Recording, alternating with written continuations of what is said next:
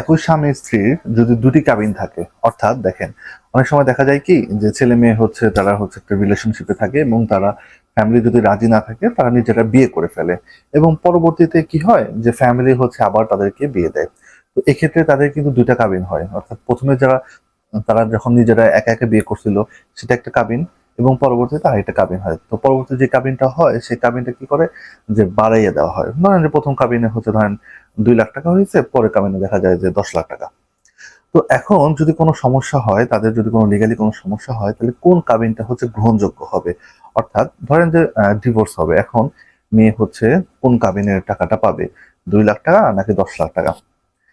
দেখেন কাবিন হচ্ছে বৃদ্ধি করা হয় হচ্ছে ছেলের অর্থাৎ স্বামীর হচ্ছে ইচ্ছাধীন।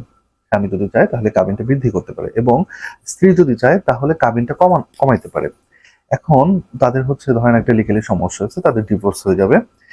সেই সময় ছেলে যদি অর্থাৎ স্বামী যদি প্রমাণ করতে পারে যে না, তাদের যখন দ্বিতীয় কাবিনটা হয় সেটা হচ্ছে জোর জবরদস্তি করে নেওয়া হয়েছে, এটা যদি তাদের কাছে সাক্ষ্য প্রমাণ থাকে, তাহলে কিন্তু প্রথম কাবিনটা কিন্তু গ্রহণযোগ্য হবে, দ্বিতীয় কাবিনটা কিন্তু গ্রহণযোগ্য হবে না।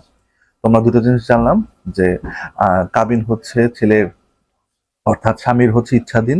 স্বামী যদি চায় তাহলে কাবিন বাড়াইতে পারে এবং স্ত্রী যদি চায় তাহলে কাবিন কমাইতে পারে। এবং যদি কখনো যদি কোনো লিগ্যাল সমস্যা হয় এবং স্বামী যদি আপত্তি হয় তাহলে কিন্তু প্রথম কাবিনটাই কিন্তু গ্রহণযোগ্য পাবে।